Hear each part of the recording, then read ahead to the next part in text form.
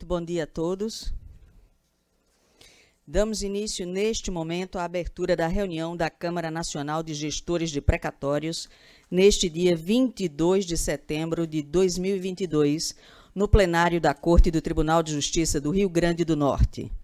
A Câmara Nacional de Gestores de Precatórios reúne tribunais estaduais de todo o país para compartilhar vivências e boas práticas, buscando padronizar entendimentos sobre a matéria. Neste momento, convidamos a usar a palavra o diretor técnico nacional da Câmara, o magistrado Bruno Lacerda. Muito bom dia. Serei breve e informal, como já tinha mencionado aos colegas com quem falei. É uma alegria muito grande para mim recebê-los aqui em Natal, nessa retomada dos nossos encontros presenciais. Desculpem, desembargador Vivaldo Pinheiro, nosso presidente, desembargador Sideni, vice-presidente do Tribunal de Justiça do Mato Grosso do Sul, desembargador Afonso Faro Júnior, do Tribunal de Justiça de São Paulo. Sintam-se, colegas e assessores, muito bem-vindos e tenho a certeza de que nós estamos aqui realizando uma reunião histórica, porque é uma retomada. Há 2 anos, mais de 2 anos, nós não nos encontrávamos, a última em fevereiro de 2022 em São Paulo, às vésperas da pandemia. A nossa atividade ela é árdua e pouco compreendida, mas a gente tem a possibilidade de crescer e melhorar nas nossas atividades, compartilhando ideias, boas práticas e soluções. Então, sintam-se bem-vindos. Serão 2 dias de muita cooperação, colaboração e troca de experiências. Sintam-se muito bem-vindos e acolhidos no nosso pequeno Tribunal de Justiça, no nosso pequeno estado do Rio Grande do Norte. Convidamos agora o presidente do Tribunal de Justiça do Rio Grande do Norte, o desembargador Vivaldo Pinheiro. Bom dia a todos e a todas. Saúdo o desembargador Afonso Barros, Tribunal de Justiça de São Paulo, o desembargador Sidney Pimentel, do Tribunal de Justiça do Mato Grosso do Sul, e o nosso juiz dos precatórios, doutor Bruno Lacerda, na pessoa de quem saúdo todos os demais colegas juízes e juízas, assessores aqui presentes. É com imensa satisfação que o Tribunal de Justiça do Rio Grande do Norte recebe hoje a representação de todos os estados brasileiros aqui no nosso plenário para a reunião ordinária da Câmara Nacional de Gestores de Precatórios. No nosso estado, o setor de precatórios, muito bem conduzido pelo magistrado Bruno Lacerda, tem nos ajudado muito nessa gestão, e que é o diretor técnico da Câmara Nacional, vem batendo recordes de pagamentos. O doutor Bruno disse muito bem as dificuldades que enfrentamos, mas ele suplanta todas essas dificuldades.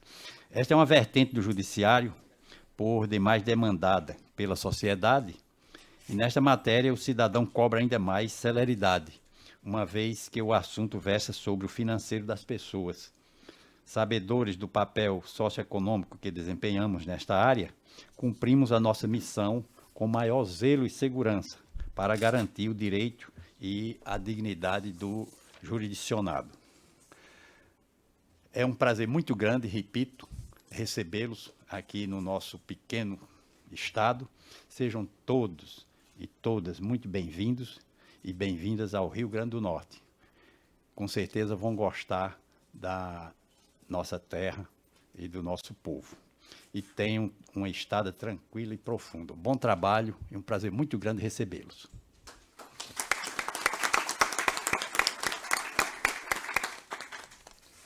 Durante o encontro, serão ministradas as seguintes palestras: Regime Especial, Regras Escritas e Não Vigentes na ADCT, o juiz Bruno Costa, do TJRR, interpretação sistêmica de conceitos ligados a pagamentos e precatórios e RPVs na Resolução 303, o juiz Bruno Lacerda, do nosso TJRN.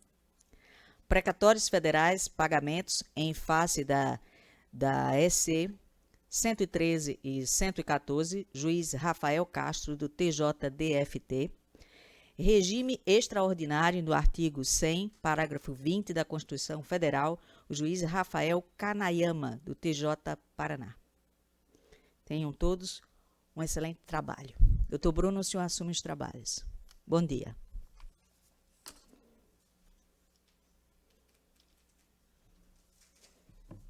Para não prejudicar ainda mais a fala do nosso amigo Bruno Costa, do Tribunal de Roraima, eu já passo a palavra para ele. Ele vai nos falar, e aí eu já peço desculpas porque ficou atrás do crachá, eu tenho que tirar meu crachá também para ver, sobre algo que me causou desconforto quando, em fevereiro de 2015, no encontro em São Paulo, desembargador, do CNJ, do encontro do Fondaprec em São Paulo, eu vi que tinha muita coisa escrita na Constituição, mas que não valia. E quando a gente estava pensando nos temas, aí eu pensei nos que estão chegando. Quando a gente chega, vai procurar a lei, a norma. Agora tem a Resolução 303 que ajuda, mas se a gente for correr para a Constituição, a gente enlouquece. Então, na verdade, o tema é o que está escrito, mas não vale. Assim, para ser bem informal mesmo. O que está escrito, o que não vale, o que é que pode trazer confusão, o que é que pode trazer problema. Então, regime especial, regras escritas e não vigentes no ADCT. Então, com a palavra meu... E eu já chamo assim, eu tenho um costume, me desculpem, tá, pessoal? Eu tenho um costume de chamar todo mundo de amigo. Eu quero me fazer amigo de todo mundo, de todos os outros. Então, meu amigo Bruno Costa, Roraima, por favor, amigo, a palavra é sua. Não, obrigado, Bruno. Pode ficar tranquilo, você pode me chamar de amigo.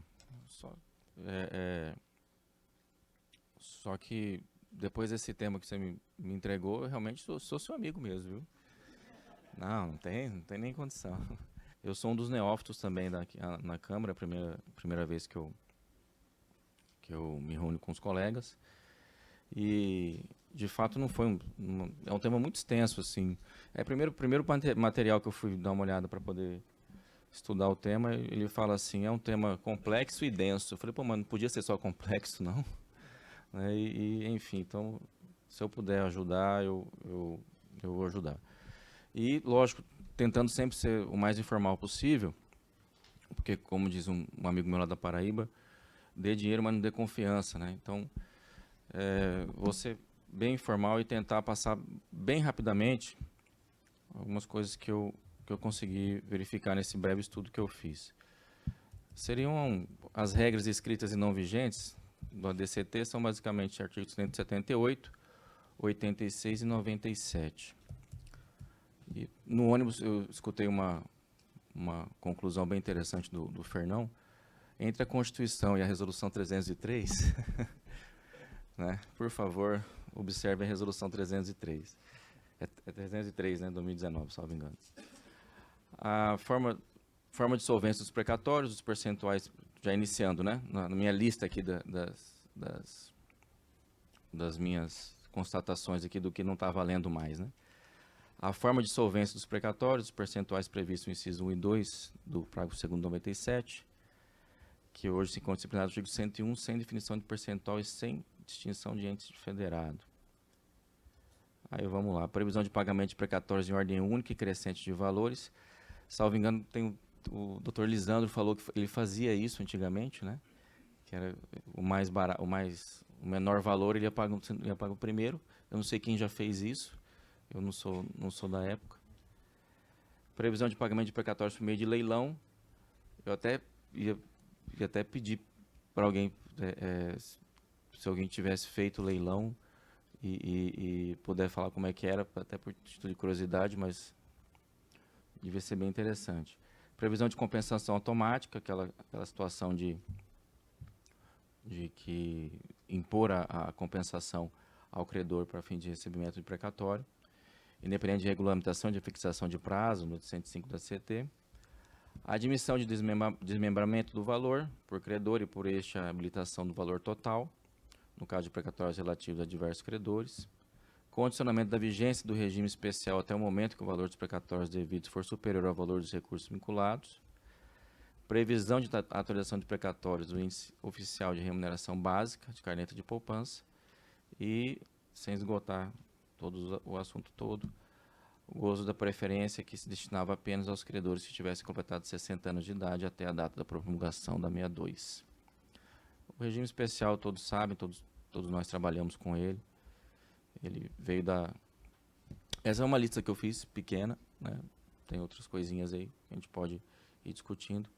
O regime especial veio da 62 2009, que é interessante que ele teve todas aquelas discussões, né? Possibilidade de compensação, correção monetária, e ele foi alvo, na época, de 4 ADINs, né? Com a... Eu chamo depois da ADIN, da modulação de efeitos, com a modulação de efeitos veio a questão das outras emendas. Eu chamo das... Teve um colega que estava falando esses dias para mim que ele vê as emendas como truco, né? Não sei se vocês já jogaram aquele jogo de baralho truco, que vem a modulação de efeito, aí vem a emenda 94, vem a emenda 62, truco, aí vem a 94, 6, aí vem a emenda 99, 9, aí vem a emenda 109, 12.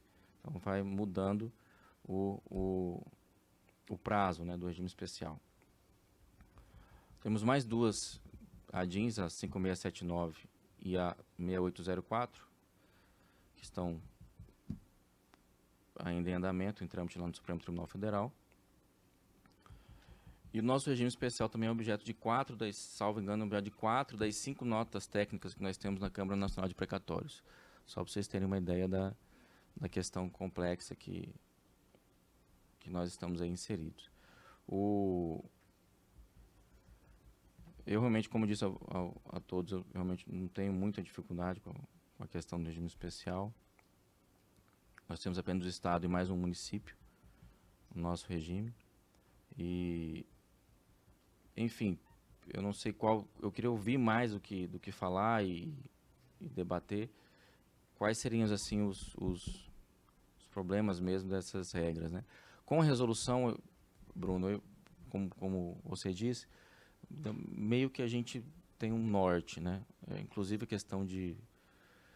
Salvo engano, na época que saiu a 62 e depois da emenda, alguns tribunais até deixaram de pagar precatórios por causa dessa questão. Eu não imagino a dificuldade do colega com isso, né? E hoje nós temos até a 303, que até a correção monetária, o índice da correção monetária, ela fala para a gente o que a gente tem que fazer.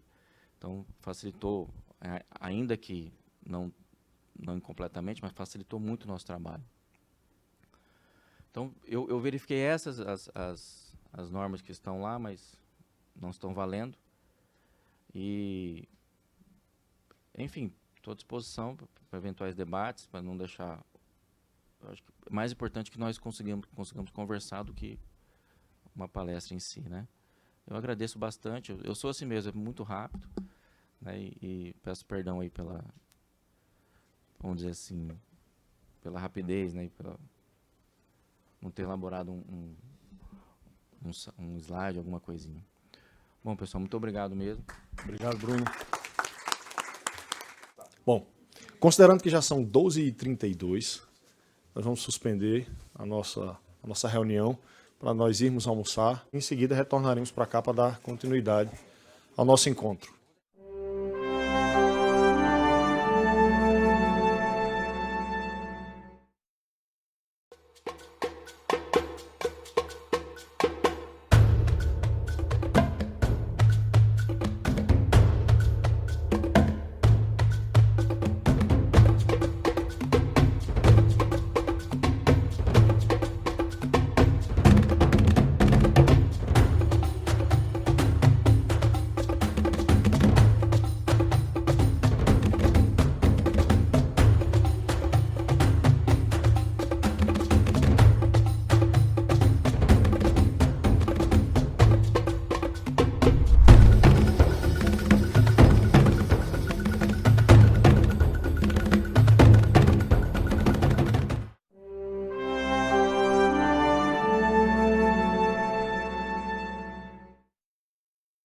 Bem, meus amigos, eu vou começar daqui porque eu vou falar agora, e aí para não começar dali e vir para cá, e considerando a nossa informalidade que tem marcado a nossa reunião, que precisa ser assim, eu vou já começar daqui.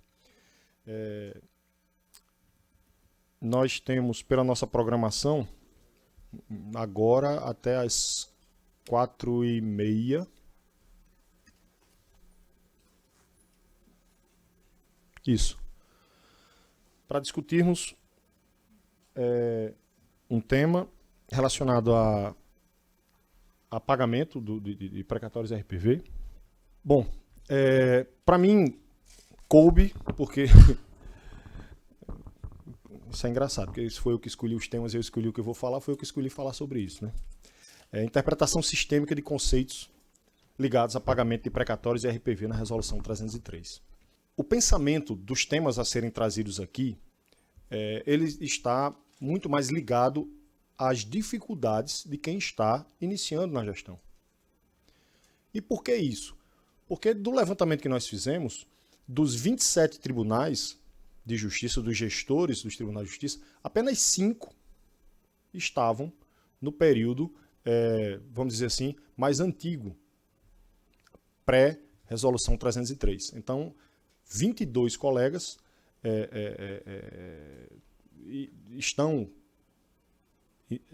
iniciando ou iniciaram a sua atuação em momento posterior à resolução 303 e podem enfrentar algum tipo de dúvida ou de dificuldade em relação à interpretação de alguns dispositivos. E aí eu vou usar uma frase do colega do Mato Grosso do Sul, Ricardo Galbiati, que dizia muito facilmente, ou muito... Vou passar aqui, depois eu volto para cá. Gerir precatórios é simples. Basta arrecadar, atualizar e pagar. O problema está nos detalhes.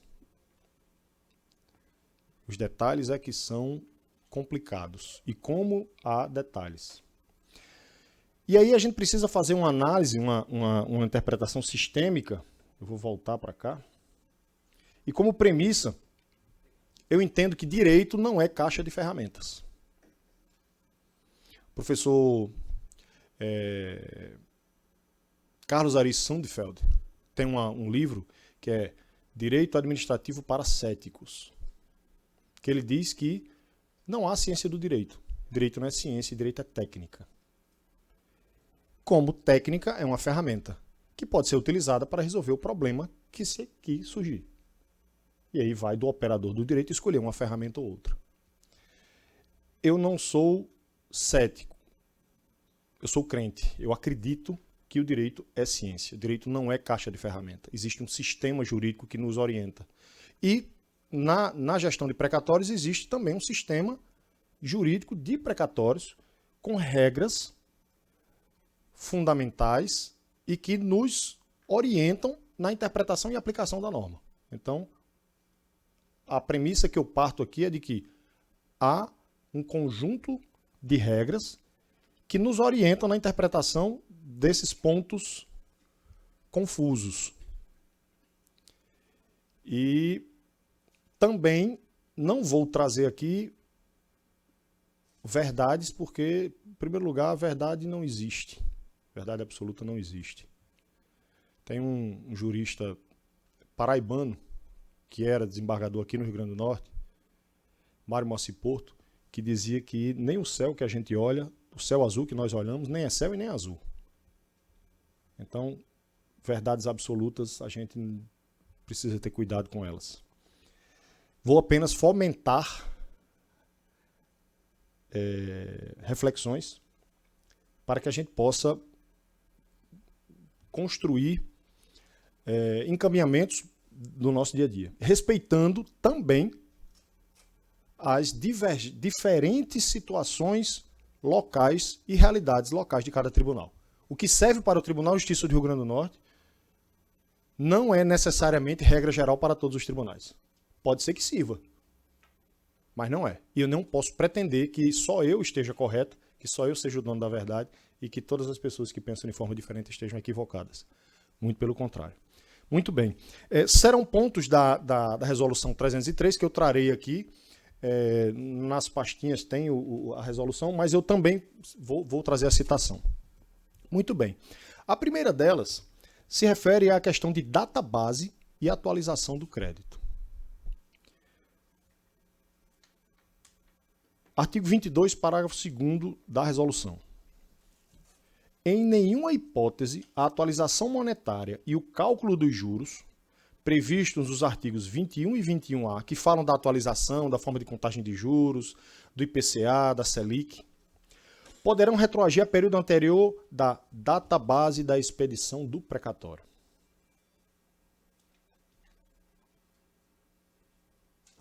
Database da expedição do precatório. O que é a database da expedição do precatório? Bom,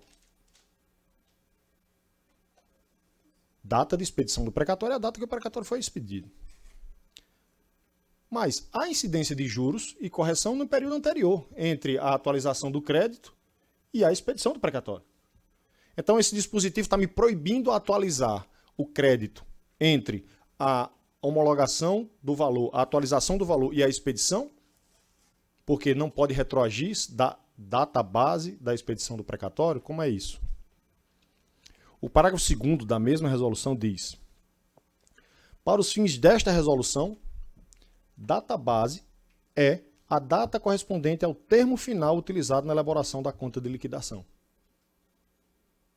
Ou seja, database referida na interpretação sistêmica do artigo 22, parágrafo 2º, não é database de expedição do precatório. É database de liquidação, de quando o crédito foi apurado. Até aquela data, o crédito está apurado. Dali para frente, você não apura. Dali para trás, você não apura mais. Você vai apurar dali para frente. Então, database de expedição do precatório, aí, com todo respeito e toda licença ao redator da norma, há uma incongruência, ou há uma atecnia. Database de liquidação do precatório. O que nós temos feito é isso. No nosso ofício requisitório consta uma database, em face da qual será feita a atualização do crédito, com as regras do artigo 21 e 21A. E a partir daí, se aplica. Para trás, não se aplica. Então, pode ser que algum colega tenha se surpreendido com essa redação, porque nós tivemos que olhar a nossa forma de atualização em face da 113 e 114 e da 438. Nós tivemos que olhar para a conta de atualização. E aí, quando vai olhar o dispositivo, database da expedição do precatório. Às vezes, entre a liquidação e a expedição do precatório, andam aí alguns meses, talvez ano, a depender do volume da unidade. Aqui, nas varas de fazenda pública da capital, são 6 unidades. Existe, pelo que os colegas falam, cerca de 10 a 15 mil ofícios requisitórios para serem expedidos. E alguns estão há mais de um ano. Então, eu não posso aplicar a interpretação literal do dispositivo, que eu vou estar trazendo um prejuízo absurdo para o credor. E também não há congruência com o próprio teor do artigo 21, dos artigos 21 e 21A. Outro ponto que pode ser objeto de dúvida ou detalhe: individualização de contas para pagamento. Qual é a prática que nós usamos aqui? Toda liberação de valor a ser feito em precatório, seja superpreferência, seja pagamento de ordem cronológica, o valor é liberado a partir de uma conta individualizada para o precatório que está sendo pago. Nós temos 2 contas para cada ente devedor, que fazem opção pelo acordo direto. A conta 1, que é a conta da ordem cronológica, e a 2, que é do acordo direto. Da conta 1, eu tenho um valor disponível para pagamento da ordem cronológica. Mando o meu sistema calcular. Calcule aí, tem 10 milhões disponíveis? 10 milhões disponíveis. Calcule os 10 milhões. Ele calcula e diz, dá para pagar com 10 milhões, você paga 110 processos. E me dá a relação dos processos com o valor atualizado e o extrato de cada um. Eu faço um comando para o banco, para que ele pegue daquela conta 1 e crie uma conta, individualize uma conta no valor bruto do pagamento daquele precatório, vinculada àquele precatório. Então, para cada precatório é criada uma conta individualizada com o valor bruto, do qual sairá o líquido e as retenções. Qual é a vantagem que eu tenho nisso? Não travar a fila em problemas como de sucessão. Individualizou a conta, garantiu o pagamento. Posso liberar o seguinte. E assim sucessivamente. Dá um pouco mais de trabalho? Dá, no início, para você sistematizar isso. E aí diz o artigo 31. Realizado o aporte de recursos na forma do capítulo anterior, o presidente do tribunal disponibilizará o valor necessário ao pagamento do precatório em conta bancária individualizada, junto à instituição financeira. Então, a leitura que eu faço do dispositivo é que, para o pagamento do precatório, eu preciso ter uma conta individualizada para o precatório. Repito, não pretendo ser dono de verdade. Apenas estou trazendo o que eu acho que, sistematicamente, é a interpretação mais segura, pelo menos, para nós que estamos na gestão. O artigo, aí o 101 da DCT. Estado, Distrito Federal, municípios que em 25 de março de 2015 se encontravam em pagamento, farão os seus depósitos em conta especial do Tribunal de Justiça local. Ou seja, a conta de aporte dos valores não é tratada na norma como conta individualizada, é conta especial. E o artigo 55 da resolução diz que compete ao presidente a gestão das contas e que para cada ente devedor serão abertas 2 contas. Não falando em conta individualizada. Então, o que eu imagino é que conta individualizada referido no artigo 31 é a conta individualizada para cada precatório. Não para cada pagamento. Como assim? Um precatório onde há pagamento e há honorários contratuais. Eu crio uma conta para o precatório. Do precatório sai o líquido, sai a retenção e sai os honorários. Da conta individualizada. E em cada precatório eu tenho a comprovação do pagamento do líquido, das retenções e das deduções. Limite para expedição de RPV. Repercussão no pagamento da superpreferência. Tem uma regra que trouxe problema, e até no grupo a gente brincou com o Eduardo, colega do Ceará, que ele fez a alteração, ele trouxe a alteração, e à época ele era secretário do Fondaprec, e assim, Eduardo é meu amigo, eu quero um bem enorme ele. E eu brinquei com ele no grupo dizendo assim, ainda bem que a intimidade que existe entre nós dois me permite dizer isso. Era melhor não ter mudado. Porque foi só para trazer mais dificuldade na compreensão. E a gente brincou, e ele disse por que era. E aí depois a gente entendeu. E aí depois isso foi resolvido, acho que foi na 428. Os valores definidos no termo do parágrafo 1º e 2º deste artigo, que são os que falam de RPV, dos limites de RPV, observarão a data de trânsito em julgado da fase de conhecimento. Aí até a gente questionou, não sei se foi eu e o Rafael, a gente falou, tá, um processo que foi julgado em dezembro vai ter um teto diferente de um processo que foi julgado em janeiro, porque o teto do salário mínimo aumenta em janeiro, então vou prejudicar quem foi julgado mais cedo. E quem for julgado mais cedo, se ficar no limite e for para precatório, vai receber depois de quem for julgado depois, vai receber por RPV. E aí, depois ele veio explicar, mas a redação ainda está lá. Isso tem reflexo no pagamento da superpreferência. Porque aí o 75, parágrafo 1, diz que a superpreferência será paga com observância do conjunto de precatórios pendentes de requisição, independentemente do ano de expedição, e observará o valor da obrigação de pequeno valor vigente na data do trânsito em julgado da fase de conhecimento. Olha aí o tamanho do nó do gestor para fazer pagamento de superpreferência. Superpreferência de 2000 de precatório que foi requisitado em 2014 é um teto. O precatório que foi requisitado em 2019 é outro teto. Então, o de 2019 é por doença, eu vou pagar antes de pagar o precatório de 2014, que é por idade, mais o de 2019, porque mudou a regra, ele vai receber mais ou menos do que o de 2014.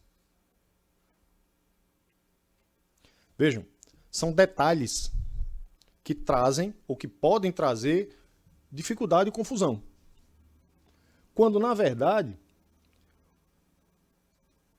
o que se queria era a aplicação do tema 792 do Supremo Tribunal Federal, que dizia o seguinte: a lei que estabelece limite de RPV, e consequentemente de precatório, é norma material e processual. Então, ela é aplicada à situação jurídica constituída até a sua edição. Então, limite deve ser entendido como teto, de forma que a lei que alterou o teto do RPV, ela deve ser observada no momento em que aquele ofício vai ser expedido. E se hoje eu vou pagar uma superpreferência com base em alguma limitação de RPV, é com base no limite de RPV vigente agora. Então vou pagar igual para todo mundo. Pouco importa se o precatório chegou em 2014, 2019, 2015. E limite é teto. De forma que, sendo o teto variável, eu vou verificar o teto que era vigente no momento em que houve a condenação. Na data da condenação, e normalmente essas variações são para menor. Normalmente. Dificilmente a gente vê a alteração de lei de RPV aumentando o teto da RPV, sempre diminuindo. Sempre diminuindo. Então, se, por exemplo, em 2020 o teto da RPV era de 20 salários mínimos, a condenação foi em 2020, então 2020 é 20 salários mínimos, é líquido, o valor é RPV. Ou seja, de 19. Se tempos depois houve uma mudança da norma e esse teto caiu para o teto da Previdência, pouco importa. Aquela regra lá que dizia que era ou a conta que era de 19 salários mínimos vai continuar sendo pago por RPV. Agora, se eu vou pagar uma superpreferência hoje, e hoje a norma diz que o teto do RPV é o teto da Previdência, eu vou aplicar essa norma. E vai ser, no caso de regime especial, 5 vezes o teto da Previdência. Ponto. Então, eu achei que trazer para a discussão, e aí não é, aqui eu vou dizer de novo, eu não estou apresentando verdades, eu estou levantando temas para discussão. Alguém pode entender, não, a gente vai fazer, eu vou, perfeito, tá certo. Estou apenas querendo mostrar os detalhes que podem trazer percalços para nós. Superpreferência em sucessão de credores. Primeira questão de superpreferência, eu estava conversando com Valdira. A regra da superpreferência está suspensa, a que trouxe a que veio na resolução 303. E que eu fui frontalmente contrário a essa alteração. E aí teve um encontro em Brasília, acho que em setembro de 2019, às vésperas da publicação da resolução, e que eu marquei assim posição firme dizendo que achava que era inconstitucional. Aquela alteração dizendo que a superpreferência ia ser paga na origem. Isso. Porque eu entendo que o sistema de pagamento de precatório impõe a prévia inclusão no orçamento. Então eu não vou pagar pedaço de precatório para, independentemente de inclusão em orçamento, para poder dar uma justificativa a um dispositivo constitucional que diz que os pagamentos da superpreferência, os pagamentos do regime geral, deve ser observado isso. A gente não pode imaginar que quem está no regime geral só vai pagar se houver bloqueio. Pode haver pagamento voluntário durante o ano. E havendo pagamento voluntário durante o ano do regime especial, do regime geral, quem vai receber primeiro são os credores super preferenciais. Está lá a regra. A gente não pode tomar o tratamento da questão pela exceção, que é o bloqueio, que é o não pagamento. Muito bem. Então está suspenso, e aqui o que a gente tem feito? Segue, como diria Milton Leite, segue o jogo. Segue o jogo. Siga lá a pelota. A gente continua fazendo a aplicação da norma como se aquele dispositivo da resolução 303 não existisse. E aí, meu amigo Fernão, entre a 303 e a Constituição, nesse ponto eu abracei a Constituição. Mas aí tem um problema que é o seguinte, em relação à sucessão de credores. Artigo 74, parágrafo 2º. Em qualquer caso, o pagamento será deferido e realizado apenas quando não se verificar anterior pagamento do benefício a partir de outro fundamento constitucional. Imaginemos a seguinte situação. A pessoa tem um precatório requisitado, falece e os sucessores têm mais de 60 anos. A pessoa faleceu depois de haver recebido o seu pagamento de crédito superpreferencial. Os credores têm mais de 60 anos, se habilitam. Pode haver pagamento de nova superpreferência depois dessa habilitação? Nós nos deparamos com uma situação parecida com essa há pouco tempo aqui. Veja, eu não vou saber exatamente qual o dispositivo, mas a resolução 303 diz que a superpreferência por idade deve ser reconhecida de ofício pelo Tribunal de Justiça. A gente tem um robozinho, um servidor do futuro, que todos os dias, ele incansavelmente, para desespero de quem está na fila, ele passa percorrendo a fila, verificando quem completou 60 anos para jogar lá para a superpreferência. Então, todo dia a fila cresce. Todo dia a fila cresce. Só que as informações sobre falecimento, elas não são apresentadas automaticamente. Então, é possível e ocorre que alguém entre na fila da superpreferência já tendo falecido. É possível. Por quê? Porque a informação do falecimento a gente não tem no momento que vai fazer a lista. E aí nós já tivemos situações de que o cálculo foi feito, a conta foi individualizada e quando foi intimada a parte para vir receber, vem a informação de que ela faleceu. Aí o que é que nós fazemos? A gente verifica se o falecimento foi antes ou depois da requisição do precatório. E se na requisição ela já tinha o direito ao recebimento da superpreferência. Se, quando ela faleceu, ainda que não tivesse recebido a superpreferência, ela já tinha direito, a gente mantém o direito dela. Porque o direito era dela desde que ela implementou a condição. E o valor não tinha sido liberado por insuficiência de recurso. E aí, o valor vai para os sucessores. Mas se ela faleceu antes da requisição, ainda que tenha entrado na lista e que tenha automaticamente sido colocada, aquilo ali sai. E saindo, sem o pagamento do benefício, os credores que forem habilitados, que tiverem mais de 60 anos ou que tiverem doença grave ou por pessoas com deficiência, aí sim fazem jus ao recebimento. Mas a nossa interpretação aqui é que o pagamento da superpreferência é relacionado ao benefício relacionado ao precatório. Se houve o pagamento de superpreferência ao titular e o titular faleceu, os sucessores não, ainda que ostentem a condição, não teriam o direito, porque o benefício da superpreferência já foi observado naquele precatório. Entendam, é a leitura que a gente faz. Tá? E até gostaria de ouvir os colegas para saber se há outro entendimento de que, há outra interpretação de que poderia ser feito esse pagamento. Saída do regime especial. E aí, por falar em saída, já estou perto de terminar. Artigo 79.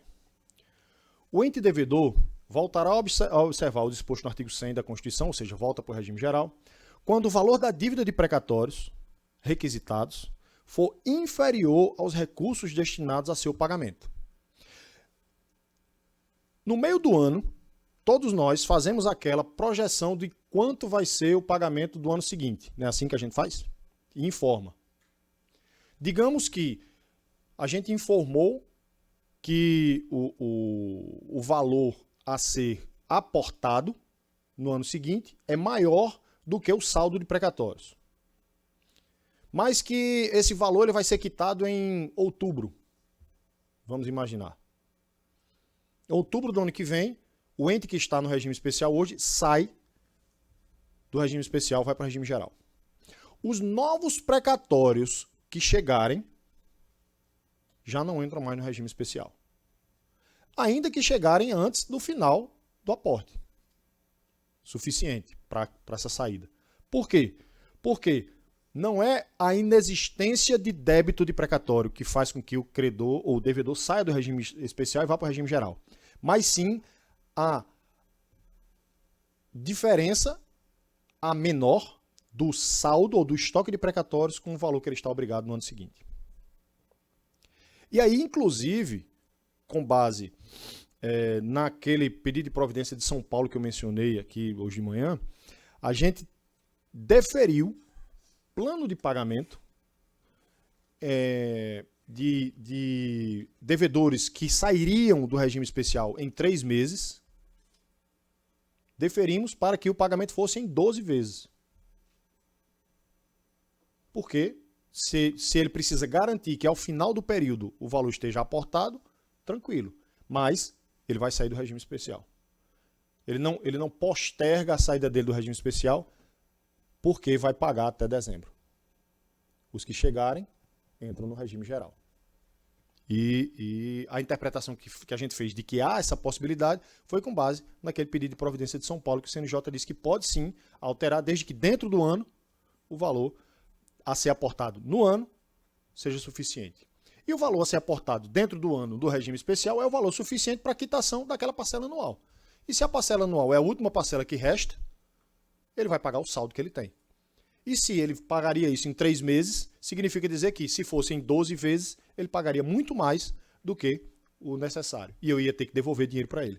Então, entre devolver e não devolver, ele paga o que precisa pagar e sai do regime especial. Se ele quiser pagar em 10 vezes, pouco importa.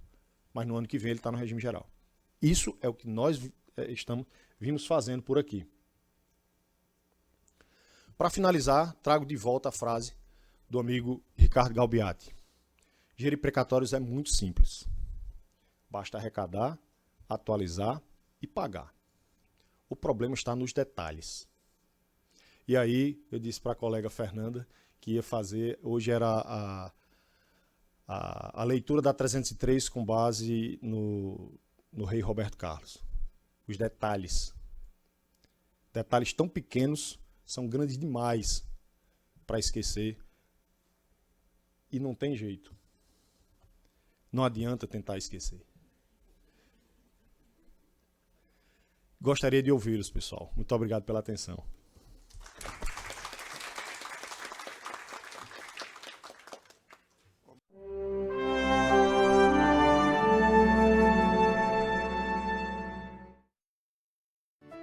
Quantas vezes uma prefeitura ou o Estado foi surpreendido por um bloqueio judicial em suas contas para cobrir despesas médicas, comprar medicamentos ou custear o tratamento de um cidadão que precisa de atendimento do SUS?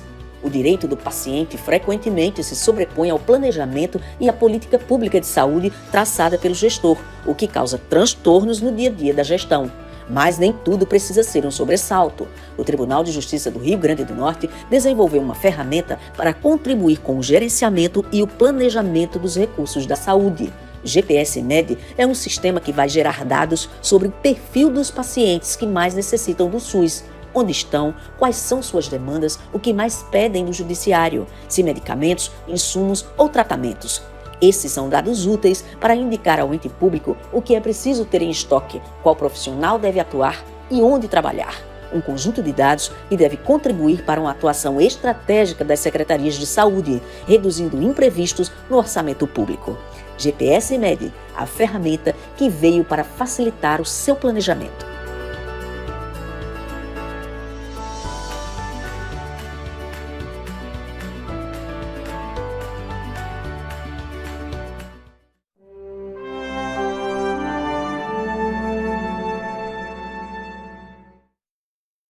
amigo Rafael, a vez é sua e eu estou ansioso para saber qual a solução que você vai apresentar para a gente para pagar os precatórios do INSS. Gente, eu vou dispensar os cumprimentos, né? A gente já foi cumprimentado bastante hoje também, né? E prometo ser breve. Então, as emendas constitucionais 113 e 114, elas apresentaram diversas modificações. Todos vocês sabem, né? A questão da Selic, a questão do período lá de requisição, mas algo que mudou profundamente foi a questão do pagamento dos precatórios federais. Desde 2016, com a emenda de 95 do teto de gastos, a União possui um limite para gastos, né? E precatório e requisição de pequeno valor, elas são despesas obrigatórias. A União não pode chegar e falar assim, olha, não vou deixar de pagar precatório. Só que a União observou que estava tendo uma evolução muito grande nas despesas, né, de precatório e requisição de pequeno valor. Isso aí é a projeção até 2021. Chegando em 2022, a União, percebeu que tinha cerca de 90 bilhões de reais para as despesas com precatório e RPV, que, segundo o Poder Executivo, representava um crescimento expressivo de 33,7 bilhões em relação a 2021, um aumento de 60,7% em relação a 2021. Então, eles ficaram numa situação, não vou dizer difícil, né? Na verdade, eles têm, dentro do teto de gastos, eles teriam que acomodar também esse crescimento no pagamento de precatórios e RPVs. E qual foi a saída política para isso? Eles limitaram o teto para pagamento de precatórios federais. Mas percebam, eles, de alguma forma, eles foram bem habilidosos. Por quê? Nem todos os precatórios federais e RPVs ficaram dentro do teto. O que eles fizeram? Eles transferiram parte das despesas originariamente destinadas aos precatórios e RPVs para custear gastos com Seguridade Social, inclusive, e talvez principalmente, Programa de Transferência de Renda. Criou um mecanismo mais brando para o pagamento aos estados, DF e municípios de precatórios relacionados ao Fundef, retirando-os do teto de precatórios e diluindo sua quitação em melhores condições, abrandou algumas regras fiscais também e parcelou contribuições previdenciárias dos municípios referente a regimes próprios e geral de previdência social. Então vejam, eles tentaram, uma jogada evidentemente política, criar um espaço fiscal para pagar aquilo que eles queriam, principalmente, né, programa de transferência de renda, e para isso eles tinham que selecionar o que eles poderiam pagar, né? Poxa, seria chato eu colocar no teto os precatórios do Fundef, ia desagradar governadores e prefeitos. Então eles fizeram um grande alinhamento para que passasse a PEC.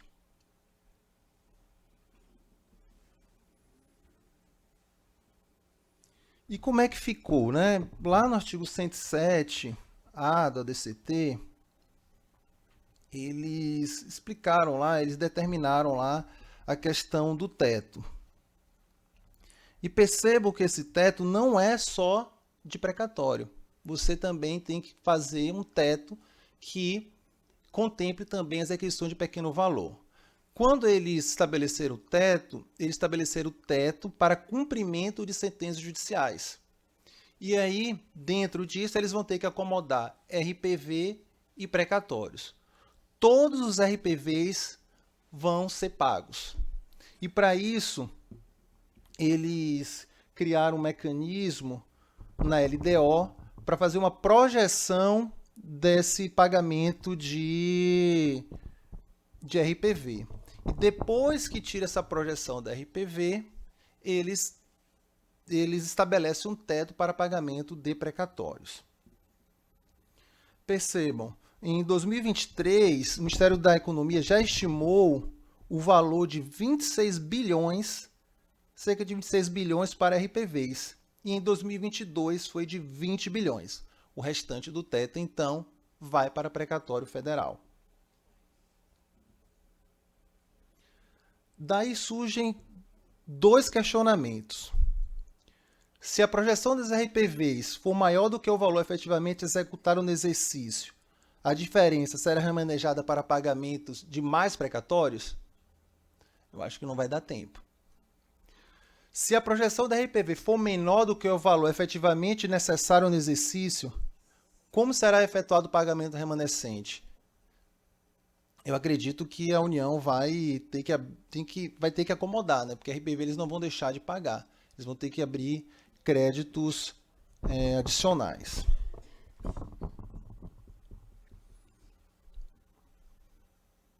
Daí, a Secretaria, né, do Orçamento do Ministério da Economia apresentou essa tabelinha, não sei se vocês tiveram acesso, em relação aos precatórios de 2022.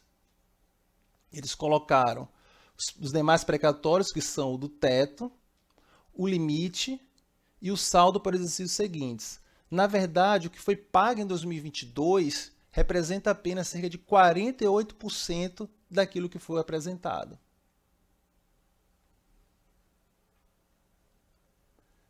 E em 2023 eles já apresentaram, porque eles tinham um prazo até 31 de julho para apresentar o passivo, precatórios novos e o limite. Percebam que o que está reservado para 2023 não vai conseguir pagar o débito de 2022. Ainda vai ficar cerca de 4 bilhões para ser pago de 2022 para 2024. Muito complicado, né?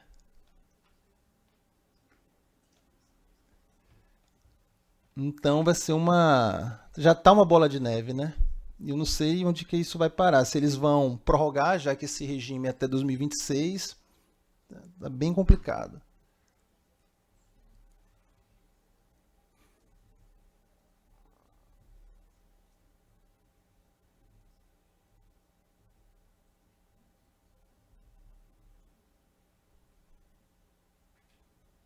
Isso aqui são os dados que eu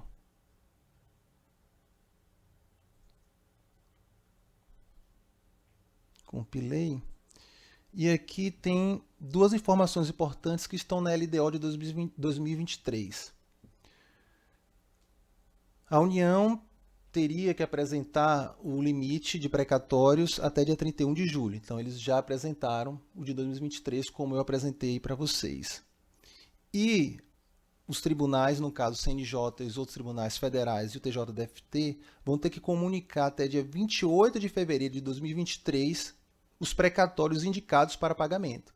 Então, preparem-se, já deixa tudo já lá prontinho, que até 28 de fevereiro os tribunais vão ter que apresentar a relação dos precatórios a pagar.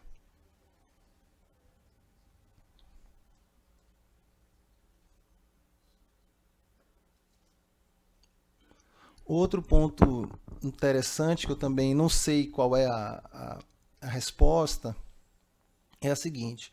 Nós temos lá a relação no artigo 107 da ordem dos precatórios que serão pagos.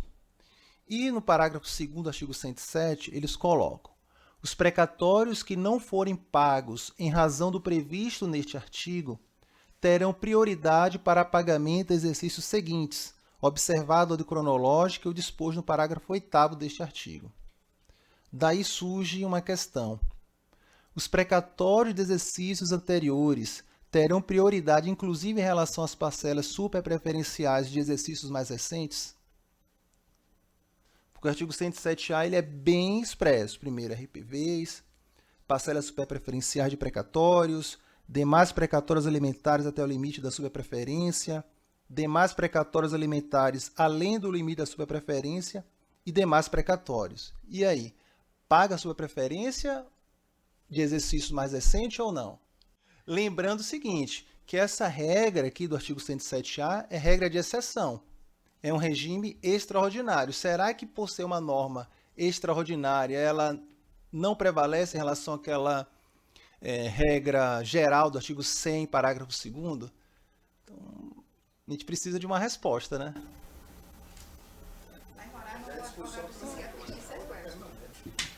Oi? Aí é disposição transitória, a outra é permanente. É do corpo permanente da carta.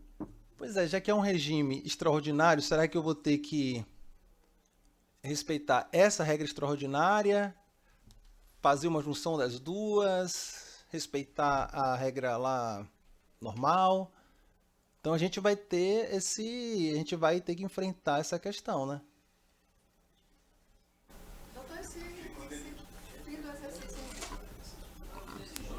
Ter que definir isso, porque a própria emenda fala que o CNJ é quem vai disciplinar, vai administrar isso.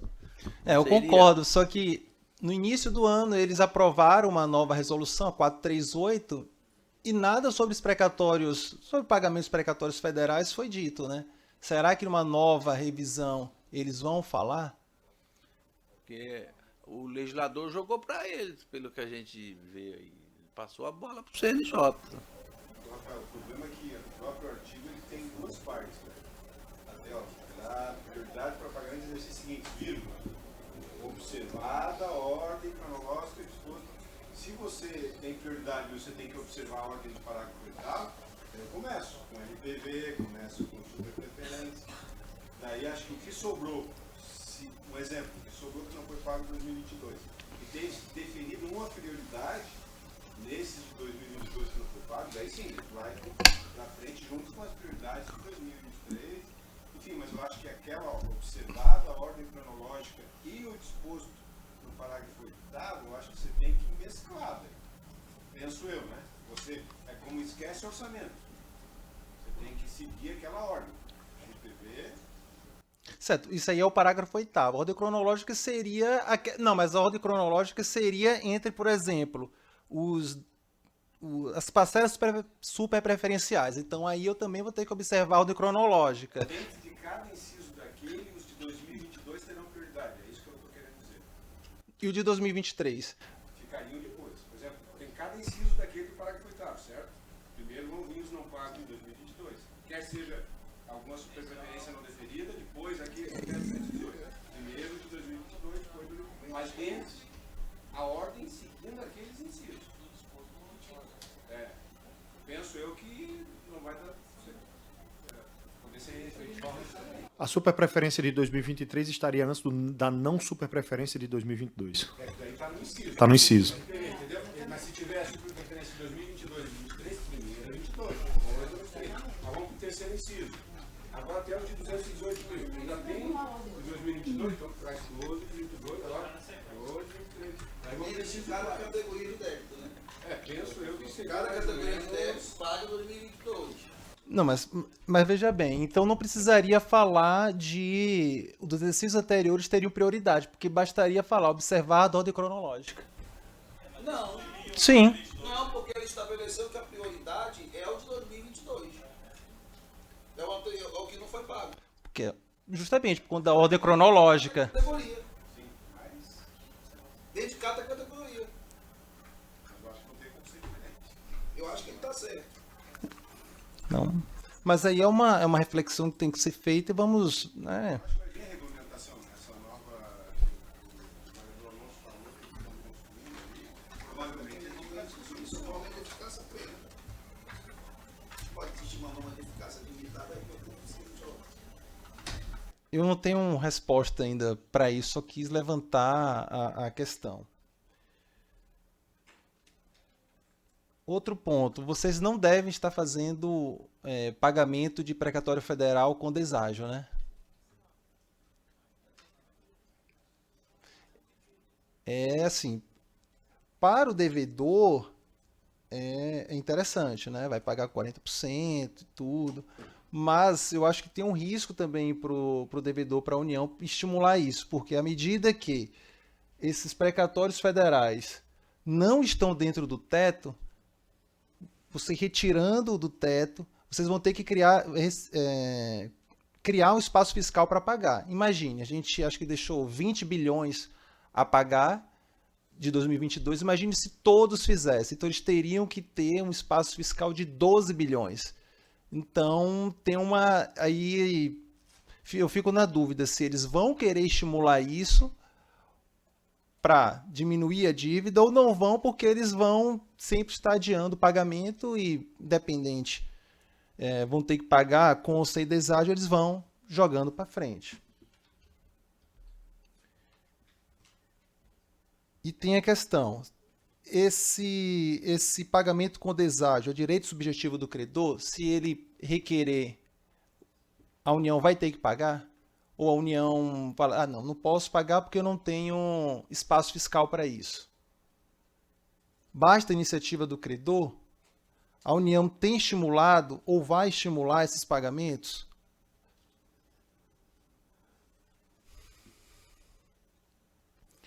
E, assim, do ponto de vista prático também, seria interessante a gente analisar a questão da LDO, nos artigos 31 a 39, que trata sobre esses pagamentos. E para os tribunais estaduais, já que está tendo a descentralização dos pagamentos para o CNJ, seria interessante a gente criar um movimento para que se faça o que se faz lá nos TRFs. Eu imagino que vocês receberam valores totais, né? Não foi individualizado, não é isso?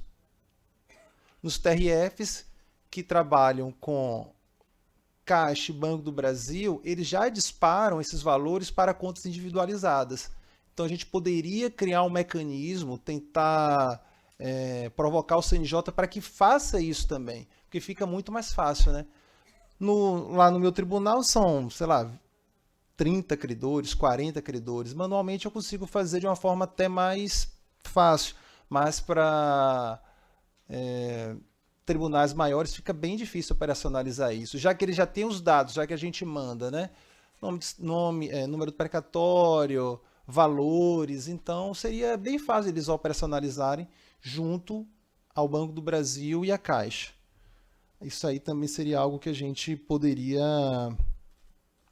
provocar o CNJ, né? Tentar articular isso melhor. Então, gente, acho que é basicamente isso que eu tenho para expor para vocês.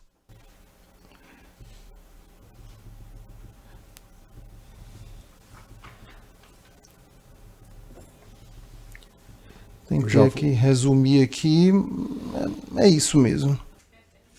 Obrigado, meu amigo Rafael.